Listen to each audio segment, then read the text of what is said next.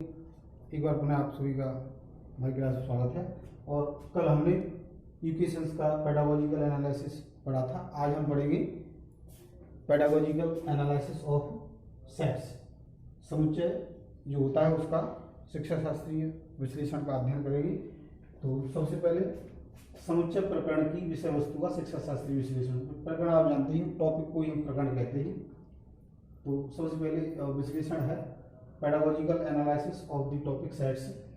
सबसे पहले हम इसका जो विषय वस्तु विश्लेषण है उसके बारे में जानेंगे। विषय वस्तु विश्लेषण और शिक्षा शास्त्रीय विश्लेषण में डिफरेंस जो होता है उसके बारे में हम पहले ही अध्ययन कर चुके हैं।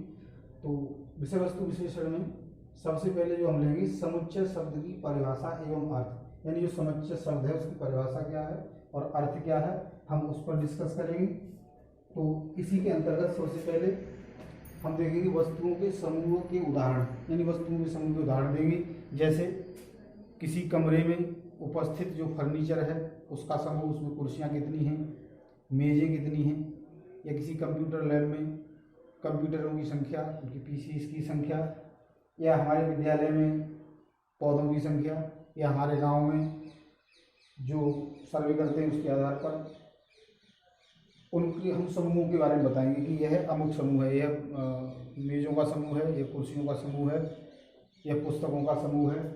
उसके बाद वस्तुओं के स्पष्ट परिभाषित समूहों का उदाहरण, example of collection of well defined objects. Well defined objects सुपरिभाषित वस्तुओं का जो समूह होता है उसके बारे में बताएंगे। जैसे सुपरिभाषित से तात्पर्य होता है कि एक ही क्लास के ऐसे विद्यार्थी जिन्होंने किसी एक परीक्षा में 80% से अधिक अंक प्राप्त किए हैं उनको हम वेल डिफाइंड कहेंगे।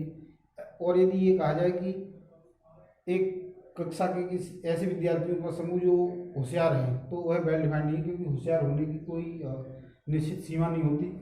तो हम ऐसे और उदाहरण दे सकते हैं कि एक क्रिकेट टीम में एक पारी में 150 से अधिक रन बनाने वाले खिलाड़ियों का समूह, या शतक लगाने वाले खिलाड़ियों का समूह। इस प्रकार से हम इनके जो सुपरिभाषित या स्पष्ट परिभाषित समूह है उनका उदाहरण देंगे। फिर समुच्चय की परिभाषा देना। अब इसके बाद हम हमको जो समुच्चय की परिभाषा बताएंगे कि सेट जो होता है उसकी परिभाषा क्या होती है। तो समुच्चय की परिभाषा आप जानते ही हो, वस्तुओं के सुपरिभाषित समूह को हम सेट्स कहते हैं। A well defined collection of objects is called a set. तो अब फिर इसके बाद जो हमारा दूसरा बिंदु है वह है समुच्चय का संकेत, नोटेशन ऑफ सेट्स, यानी हम जो समुच्चय है उसको किस प्रकार से रिप्रेजेंट करते हैं, उसका जो नोटेशन होता है वो क्या होता है उसके बारे में जानेंगे। सबसे पहले सूची विधि, लिस्टिंग मेथड्स। सूची विधि में हम जैसे वस्तुओं को पहले तो ये ए बी या सी एक्स वाई जेड जैसे अंक हैं उनसे हम बीजी अंक हैं उनसे उसको प्रदर्शित करते हैं। तो सूची विधि में हम लेंगे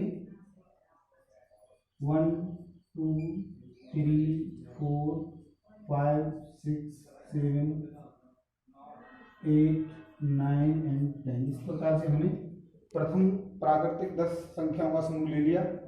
जो नियमन विधि है इसमें हम इसी को इस प्रकार से लिख सकते हैं, a equal to X such that X and X belongs to n। X क्या है, n का है, but X varies from 1 to 10। तो ये इसकी टेबुलर या रूल। फिर विद्यार्थी आगे हम देखते हैं समुच्चय का वर्गीकरण, यानी जो समुच्चय उसका वर्गीकरण क्या है, यानी समुच्चय के प्रकार कितने, क्लासिफिकेशन ऑफ सेट्स। तो क्लासिफिकेशन ऑफ सेट्स में सबसे पहले रिक्त समुच्चय, नल सेट, यानी ऐसा समुच्चय जिसमें कोई भी अवयव ना हो उसे हम रिक्त समुच्चय या नल सेट्स कहते हैं। सीमित समुच्चय या फाइनाइट सेट्स, ऐसा समुच्चय जिसमें पदों की संख्या सीमित हो, जैसे 1 2 10, यानी जो सीमित हों। इसी प्रकार असीमित समुच्चय है, इनफाइनाइट सेट्स है। तो ऐसा समुच्चय जिसमें पदों की संख्या अपरिमित हो, यानी जिसका इनफाइनाइट नंबर ऑफ एलिमेंट्स और इनफाइनाइट। एकल समुच्चय, ऐसा समुच्चय जिसमें केवल और केवल एक ही टर्म हो, एक हो सकता है, दो हो सकता है, तीन, लेकिन नंबर ऑफ टर्म एक ही होगा। द्विसम समुच्चय, डबलेट सेट्स हैं जिसमें हम एक ही प्रकार, मतलब इसमें सिर्फ दो पद होंगे। विसंघात समुच्चय, डिसजॉइंट सेट, यानी दो ऐसे समुच्चय होंगे जिनमें कोई भी, जैसे A equal to 1 2 3 4 and B equal to 5 6 7 8, तो ये डिसजॉइंट हैं। लेकिन इसमें यदि हम एक टर्म ऐसा ले लें जो दोनों में उपस्थित हो तो फिर डिसजॉइंट नहीं रहेगा। उसके बाद उप समुच्चय है, यानी जो समुच्चय हैं उनके उप समुच्चयों को हम परिभाषित करेंगे, बताएंगे। इसी प्रकार से और भी हैं, उन सभी की के बारे में हम उनको बच्चों को बताएंगे। जैसे सार्वत्रिक समुच्चय है, घात समुच्चय है, पूरक समुच्चय है, सम समुच्चय है, तुल्य समुच्चय है और संख्या समुच्चय है। तो इस प्रकार हम इन समुच्चयों के बारे में जानेंगे। देखते हैं समुच्चय पर द्विचर क्रिया, यानी बाइनरी ऑपरेशन ऑन सेट्स। द्विचर क्रियाओं के अर्थ से परिचित कराना, यानी द्विचर क्रियाएं वो क्या होती हैं, इन पर बाइनरी ऑपरेशंस होता है वो क्या होता है उससे परिचित कराना। जैसे समुच्चयों का संघीकरण, यानी union of sets.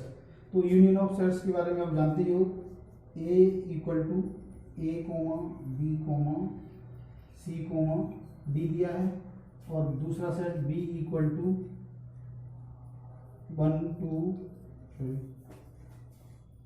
E F G H दिया है।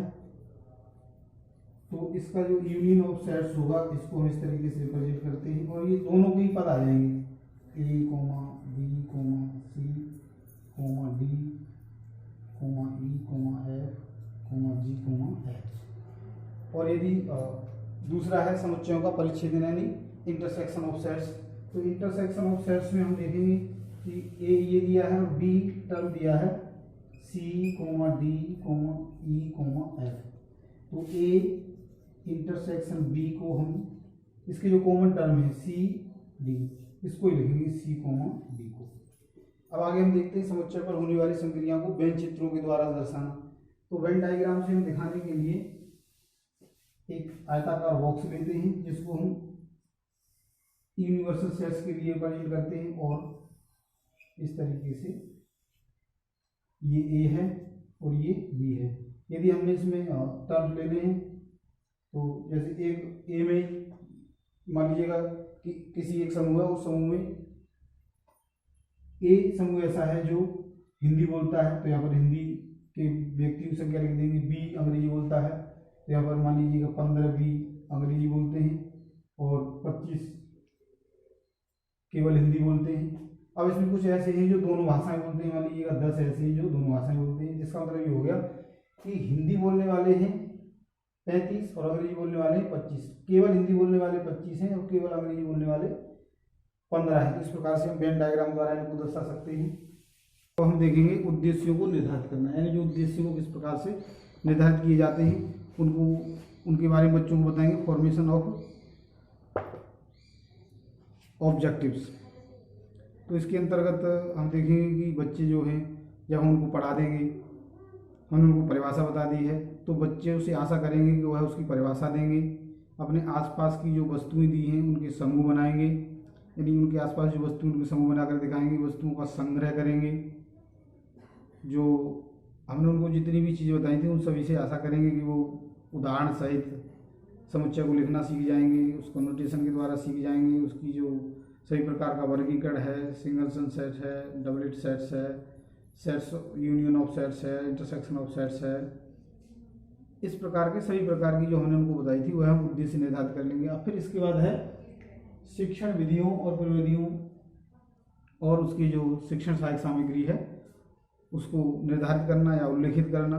तो इसके अंतर्गत हम देखते हैं इसमें आगमन विधि को, प्रयोगात्मक विधि को, प्रश्नात्मक विधि को, व्याख्यान विधि को या व्यूरचना विधि को अपना सकते हैं। अब इसके अंतर्गत है क्रियाकलाप एवं सामग्री। तो क्रियाकलाप में हम विभिन्न वस्तुओं के अपने अपने जो क्लासरूम है उसकी वस्तुओं का समूह बच्चों को बनवा सकते हैं या बच्चों का ही समूह बनवा सकते हैं। हमारे प्रांगण में जो पेड़ पौधे हैं उनका समूह बनवा सकते हैं।